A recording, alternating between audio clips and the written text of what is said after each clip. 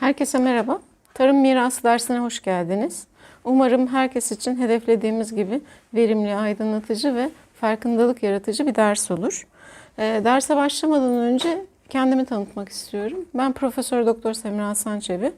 Trakya Üniversitesi Genetik ve Biyomühendislik bölümünde öğretim üyesi olarak görev yapmaktayım. Çalışma alanım aslında biyoteknoloji, bitki moleküler biyolojisi ve genetiği, tarımsal biyoteknoloji de denebilir. Bu dersin hazırlanması aslında bir Erasmus projesi kapsamında gerçekleştirildi. O yüzden birazcık size projeden de bahsetmek istiyorum. Erasmus K203 programı tarafından desteklenen bir proje. Kısa adı AgroHeritage. Uzun adını da söyleyeyim size. Tarımsal mirasın korunması amacıyla geleceğin ziraatçilerinde farkındalığın ve kapasitenin artırılması için yükseköğretime tarımsal miras müfredatının yerleştirilmesi başlığı. Proje üniversitemizin koordinatörlüğünde, bizim koordinatörlüğümüzde yürütülüyor. Ortaklarımız Sırbistan'dan Edikons Üniversitesi, Yunanistan'dan Demokritikos Üniversitesi ve Bulgaristan'da da Joint Genomic Center ve Sofia Üniversitesi işbirliğiyle. Ayrıca Türkiye'den de 2 tane ortağımız var. Bir tanesi ekosistem ve tarım konusunda araştırma geliştirme yapan bir firma EART.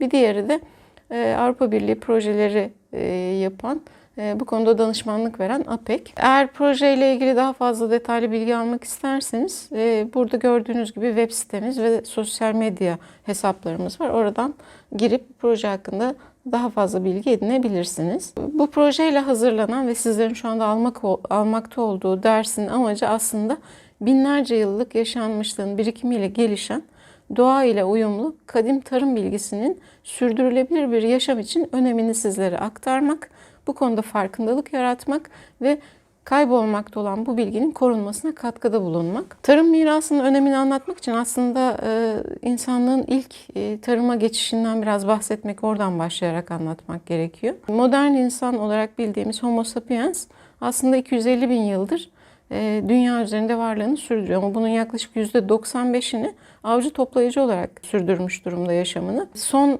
12 bin yıldır yerleşik hayata geçmiş, bitkileri ve hayvanları evcilleştirerek bugünkü uygarlık düzeyinin kapılarını açmış durumda.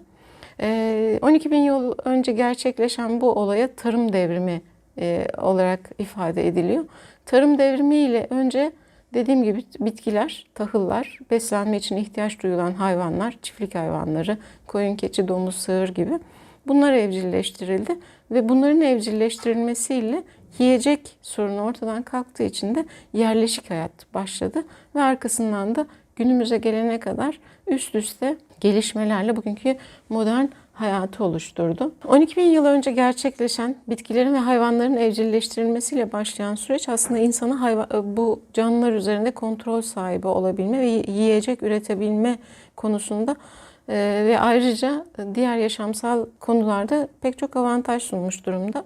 Öncelikle güvenli bir barınak ve yiyecek sıkıntısının ortadan kalkması gerçekleşmiş. Arkasından da doğal olarak farklı tarım yapmayan, farklı eğilimleri olan, farklı yetenekleri olan insanlara bol bol zaman vermiş durumda. Böylece insanlar daha fazla gözlem yapabilme, düşünebilme, analiz edebilme, çevreden, doğadan ve birlikte yaşadığı hayvanlardan edindiği bilgilerden yeni bilgiler üretme, teknolojiler üretme evresine girmiş durumda. Böylece kas gücü yerini yavaş yavaş beyin gücüne bırakmış durumda ve bugün geldiğimiz modern yaşamdaki bilimsel gelişmelere aslında dayanak oluşturmuş durumda. Bu süre zarfında ormanlar, otlaklar ve sulak alanlar gibi doğal ekosistemlerde son derece karmaşık ama doğayla dost, gayet uyumlu, sürdürülebilir tarım sistemleri geliştirilmiş. Böylece geleneksel toplumlar dünyanın çeşitli bölgelerinde doğayla yakından ilişkili ve yerel doğal kaynaklara özen gösterecek bir yaşam ve kültür biçimi geliştirmişler. Dolayısıyla tarım devrimi insanlık tarihinde uygarlığa giden ilk adımı, ilk taşları döşemiş durumda. Mezopotamya'da başlayan ilk çiftçilik serüveni insanoğlunun kendisini de aslında evrimleştirmiş durumda. Sadece bitkileri ve hayvanları evcilleştirmemiş, aynı zamanda kendisini de evcilleştirmiş ve bir sosyal evrim başlatmış durumda. İnsanın yiyecek üretebilmesi ve yerleşik yaşam tarzı Ayrıca dünya üzerinde hem ekosistem üzerinde hem canlılar üzerinde öngörülmeyen ciddi değişikliklere de neden olmuş durumda. İnsan açısından baktığımızda ilk belki de yarattığı etkilerden bir tanesi insan popülasyonunun çok hızlı bir şekilde artması. Arkasından çeşitli araçlar yapabilmeyle başlayan, sorunlarla karşılaştıkça onlara çözüm üretmekle gelişen bir takım teknolojiler olmuş. Çeşitli alanlarda bir takım ustalar ve icatçılar için dediğimiz gibi bol zaman olduğu için farklı uygarlığın farklı aşamaları için yöntemler geliştirilmiş, teknolojiler geliştirilmiş. Ayrıca toplu halde yaşayan bu kalabalık nüfus bir sosyoekonomik yaşam biçimi de oluşturmuş. Çeşitli sivil toplum hiyerarşisiyle birlikte ilk imparatorluklar, ilk devletler kurulmaya başlamış. Ayrıca bu kurulan kalabalık sosyoekonomik yaşam biçimleri içerisinde çeşitli işgallerden kendini korumak ya da daha verimli toprakları işgal edebilmek için de devamlı savaşa hazır profesyonel ordular ortaya çıkmış. Böylece günümüze kadar gelen kaynak savaşları, yer işgalleri başlamış. Bu süreç içerisinde tabii ki tarih boyunca her zaman tarımsal üretimin artırılması hedeflenmiş. Çünkü nüfus arttıkça, ayrıca teknoloji geliştikçe, yaşam geliştikçe değişik ihtiyaçlar ortaya çıkmış ve bunların çok önemli bir kısmı tarım sayesinde sağlanmış. Bu hedefe ulaşmak ve sorunları çözmek için sürekli doğa gözlemlenmiş. Etrafındaki canlılarla etkileşimler hakkında bilgiler derlenmiş ve bunlardan yola çıkarak da sorunların çözümüne doğru bir takım yöntemler geliştirilmiş. Ayrıca teknolojideki bu gelişmeler bilimi, sanayiyi de desteklemiş ve bugün teknolojinin, sanayinin ve bilimin ortaklığıyla çok büyük ölçekli tarım yapılabilmekte ve endüstriyel tarım diyebileceğimiz sistemler kurulmuş durumda. Daha fazla tarımsal üretim doğal olarak ticareti de beraberinde getirilmiş. 14. yüzyıldan başlayarak ticari üretimin bir kısmı pazarlanmaya başlamış. Çeşitli pazarlar oluşturulmuş. Pazarların varlığı doğal olarak yiyeceğe kolay ulaşmak durumunda olan insanları bir araya getirmiş ve kentler kurulmuş. Gittikçe de kent nüfusu artarak bugün geldiğimiz mega kentlere kadar bir süreci sağlamış. Özellikle ulaşımdaki kolaylıklar, bugün biliyorsunuz hava, kara, demir yollarıyla dünyanın dört bir tarafına ulaşım sağlanabilmekte. Ayrıca bir takım saklama tekniklerinin de geliştirilmesiyle, ambalajlama tekniklerinin geliştirilmesiyle de gıda artık bir tarımsal üretim aracı olan gıda ve diğer ham maddeler dünyanın dört bir tarafına ulaştırılabilir durumda. 19. yüzyılın sonlarında artık Amerika'dan Avrupa'ya tahıl, süt ürünleri ve tuzlu et götürülmeyle başlayan süreç bugün dünyanın dört bir tarafında her tür tarımsal üretimin bir kıtadan ötekine taşındığı duruma geldi. Bugün tarım kavramı doğal olarak artık değişti. Sadece insanın besinli olan değil, aynı zamanda ekonomik değeri olan her türlü bitkisel, hayvansal ürünün bakımı, beslenmesi, yetiştirilmesi, işlenmesi, korunmasını kapsayan tüm süreçlerden bahsetmekte. Bununla birlikte çeşitli su kaynaklarında yapılan balıkçılık gibi faaliyetler de tarım kapsamı içine alınmış durumda. Günümüzde tarım büyük oranda ticari olarak yapılmakla birlikte tarımın çok büyük bir kısmı gıda oluşturmakta. Dünya nüfusu bildiğiniz gibi giderek artıyor. 2050 yılında beklenen nüfus artışı 8 ile 10 milyar civarında. Bir yandan kentleşmenin artması, bir yandan da nüfusun bu kadar kalabalıklaşması doğal olarak sürekli bir gıda artışı talebiyle karşılaşmakta. Böyle bir nüfusu yeterli ve düzgün besleyebilmek, ayrıca ihtiyaçlarını giderebilmek için tarımsal üretimin hem tüm dünyada uygun olan olmayan artık bütün coğrafyalarda gerçekleştirilmesi, ayrıca birim alandan da daha yüksek verim elde edilmesi şeklinde bir süreç başlatmış durumda. Dediğimiz gibi bu süreç bir endüstriyel tarım aslında geliştirdi ve ülkeler için hayati öneme sahip bir sektör artık tarım. Günümüzde bilim, teknoloji ve sanayinin de katkısıyla tarımsal üretim o kadar farklı coğrafyalarda gerçekleştirilebiliyor ki belki biliyorsunuzdur. Örneğin İsrail çölde tarım yapabilir hale geldi ya da Hollanda gibi toprak alanı çok düşük ülkelerde deniz seviyesinin altında bile tarım yapılabilir durumda. Son yıllarda biyoteknolojinin de hızlı gelişmesiyle buna ayrıca bir katkı yapılmış durumda ve bitki ve hayvanların daha yüksek verim sağlayabilecek şekilde genetik potansiyelleri değiştirilebilmekte. Bu çabalar her ne kadar verimi artırsa da ekosistem ve tarımsal üretime konu bitki ve hayvanlar üzerinde oldukça olumsuz etkilere sahip olduğu da hepimiz tarafından biliniyor. Ve endişeler her geçen gün artıyor. Bu hayati sektördeki aşırı üretim baskısının üstüne bir de ormanların yok edilmesi, yanlış kullanım ve aşırı kullanıma toprağın fakirleşmesi, su kaynaklarının ve toprak kaynaklarının kirlenmesi, tüketilmesi, aşırı otlama, aşırı kimyasal kullanımı, dengesiz gübre kullanımı, makinalaşma, erozyon gibi nedenlerle aslında tarımsal alanlar bir yandan da azalmakta.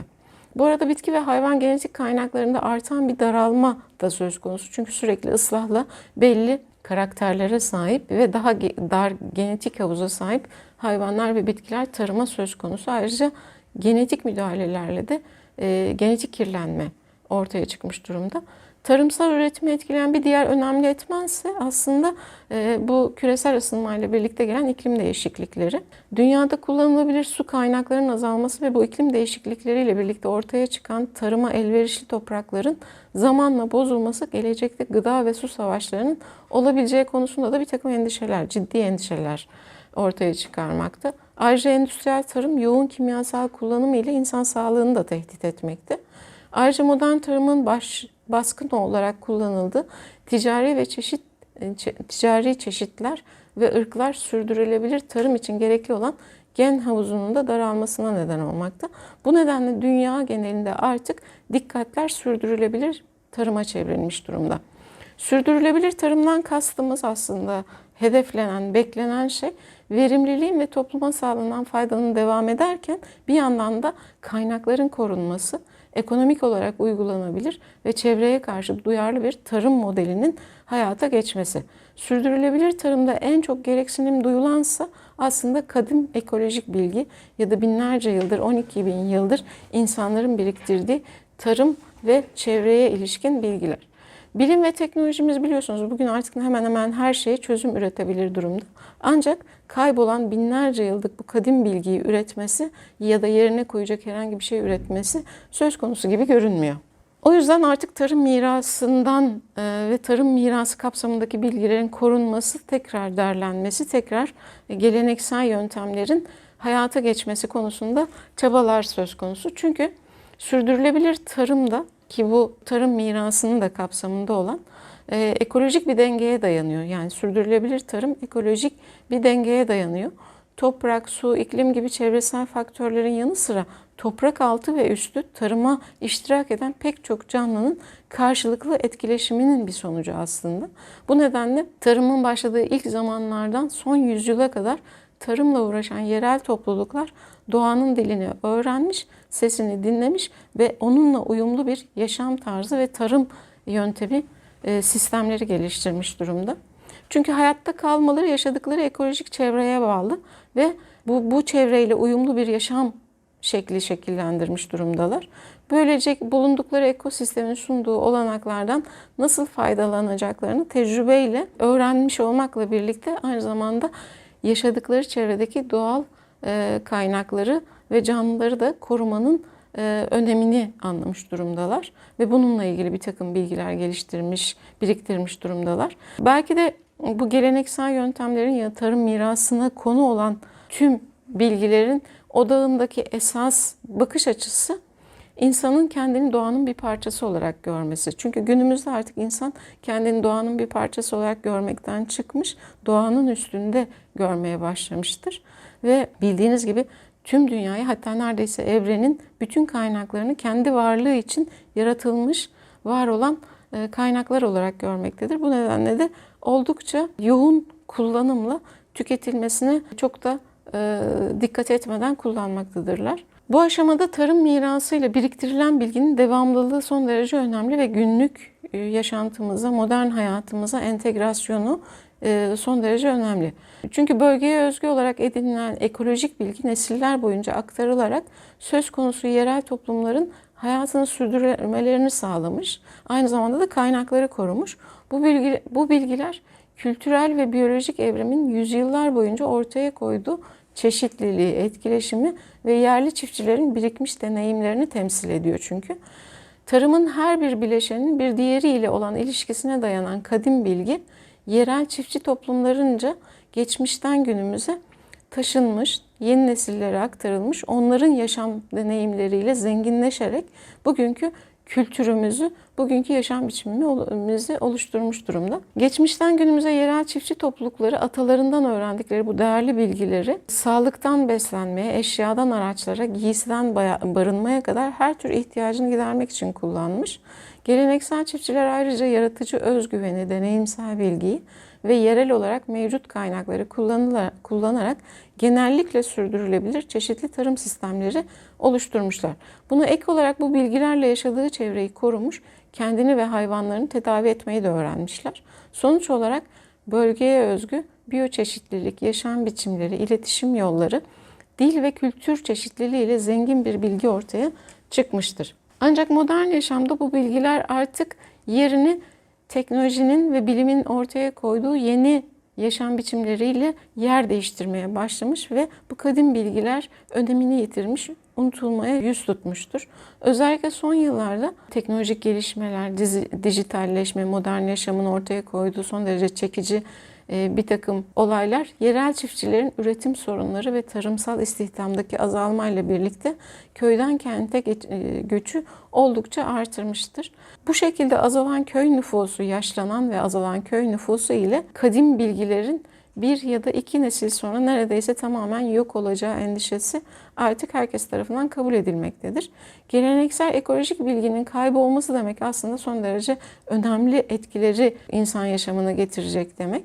Bunlardan bir tanesi mesela kırsal yaşam alanlarının, kültürün, dilin, yaşam biçimlerinin, yerleşim tiplerinin, anlatılan hikayelerin ve birçok folklorik yaşam pratiklerinde kaybolması demek aynı zamanda. Bir diğer önemli etken ise geçmişle günümüz arasında var olan çok güçlü bağların da kopması demek.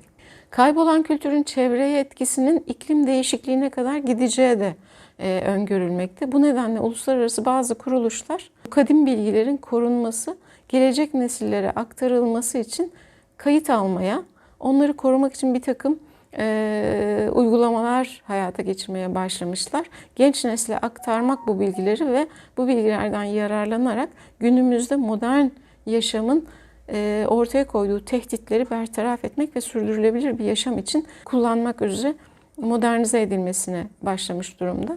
Bizim projemiz de bu kapsamda hayata geçti. Tarım mirası daha önce de dediğim gibi binlerce yıllık tecrübeyle oluşturulan birçok sürdürülebilir uygulamayı barındırıyor içinde. Dolayısıyla günümüz nesli eski ve geleneksel tarım sistemlerini ve uygulamaları hakkında bilgi sahibi olması aslında gelecek kuşakları da daha yaşanabilir bir dünya oluşturmaları için önemli. Korunma kapsamında bu bilgileri toplamak, belgelemek ve analiz etmek arkalarındaki bilimsel ilke ve temellerin doğru bir şekilde anlaşılması için aslında çok önemli. Bu yapıldıktan sonra da onları modern bilimsel teknolojiyle harmanlayarak daha da iyileştirmek, yükseltmek, sürdürülebilir bir yaşam için son derece önemli olacağına inanıyoruz. Bu nedenle de hazırladığımız ders kapsamında umarım edineceğiniz bilgiler, derlediğimiz bilgiler bu amaca hizmet edecek, katkı sağlayacak. Gelelim dersimizin amacına. Buraya kadarki anlattıklarımızdan yola çıkarak sizlerin de tahmin edeceği gibi hedefimiz aslında tarımsal mirası korumak için bilgileri derlemek ve toplamak. Kaybolmaya yüz tutan bir takım geleneksel bilgileri derleyip toplamak. Tarımsal mirasın korunmasının aslında en önemli yolu insanlara faydalı ve değerli olduğunu anlatabilmek. Doğal olarak dersimizin bu aşamada önemli katkısı olacağına inanıyoruz. Bu ders kapsamında hem ülkemizden hem de ortağımız olan diğer ülkelerin bulunduğu Avrupa'dan çeşitli geleneksel bilgiler, yerel ırk ve çeşitlere ait bilgiler, geleneksel uygulamalar ve bunlarla ilişkili bir takım kadim bilgiler derlenmiş durumda. Umarım bu bilgiler ilerideki modern uygulamalara rehberlik eder ve onların daha sürdürülebilir bir yaşam için daha uygun forma dönüşmesine katkıda bulunur. Bitki ve hayvanları seçmek, büyütmek, beslemek, kullanmak ve korumak için gerekli ekolojik bilgiyi de aynı zamanda dersimiz kapsamında toparlamış durumdayız. Sürdürülebilir bir yaşam için tüm bunların size katkı sağlamasını umuyoruz. Bu ders ile ayrıca proje kapsamında bu dersin dışında Tarım Mirası Müzesi ve gönüllü staj için bir takım bağlantılar da kurulmuş durumda. İlgilenenler umarım hem müzemizi ziyaret eder hem de bu staj olanaklarından yararlanarak aktardığımız bilgileri hayata geçirmek için bir adım daha atmış olur. Proje kapsamında hazırlanan ders aslında 2 dönemlik bir ders. Şu anda ilk dönemlik dersi sizler görüyorsunuz, alacaksınız. 1. dönemde hedefimiz tarımsal mirasın temel bileşeni olan biyoçeşitlilikten bahsetmek. Bununla birlikte geleneksel tarım uygulamalarından bahsetmek ve önemli bir takım bitki ve hayvanlar hakkında sizlere bilgiler sunmak. 2. dönemde ise geleneksel tarım uygulamaları ve ekolojinin yaşam biçimi ve kültür üzerindeki etkilerini size aktarabilmek. Aynı zamanda da uluslararası tarım mirası koruma faaliyetlerinden sizlere bahsetmek. 1. dönemin dersleri kapsamında 14 haftalık ders içerisinde aslında anlatacaklarımızı kısaca size özetlemek istiyorum. Bu ilk dersimiz tanıtma ve tarımsal mirasın önemini anlatmak şeklinde. 2. haftadan itibaren artık biraz tarihten bahsederek günümüze kadar derlediğimiz bilgilerin gelişimini anlatacağız. İlk 2 hafta yerleşik hayata geçiş, bitkilerin, hayvanların evcilleştirilmesi, çeşitli tarihsel dönemlerde başlayarak günümüze kadar, modern tarıma kadar olan süreçleri size bir özetlemek. 4. hafta itibariyle bir takım geleneksel tarım tekniklerinden ve araçlarından bahsedeceğiz size. 6., 7. ve 8. haftalarda, hatta 9. haftada çeşitli tarım mirası kapsamında olan, ilk evcilleştirilen, hatta hala günümüzde insanların beslenmesinde önemli yer tutan temel gıda ürünü olan bitkilerden, sebzelerden, meyvelerden, yağ bitkilerinden bahsedeceğiz. Ayrıca gıda dışında kullanıma tabi olan lif bitkilerinden, yem bitkilerinden, tıbbi ve aromatik bitkilerden, ayrıca keyif için kullandığımız çay, kahve gibi bitkilerden bahsedeceğiz. Onların yetiştirme tekniklerinden bahsedeceğiz. 10. haftadan itibaren ormanların tarihsel kullanımından, hem Avrupa'daki hem ülkemizdeki ormanların kullanılarak nasıl yararlandığından bahsedeceğiz. 11. hafta itibariyle su kaynaklarından bahsedeceğiz. Denizden ve göl, ırmak gibi su kaynaklarından, balıkçılıktan bahsedeceğiz. 12. haftada artık hayvanları anlatmaya başlayacağız. Çiftlik hayvanlarından başlayarak taşıma amaçlı, ulaşım amaçlı kullanılan hayvanlar ve evimizde beslediğimiz evcil pet sınıfına giren hayvanlardan. 13. haftada kümes hayvanlarından, arılardan ve ipek böcekçiliğinden bahsedeceğiz. Son haftada da genel bir değerlendirme yapacağız. Bu arada unuttum.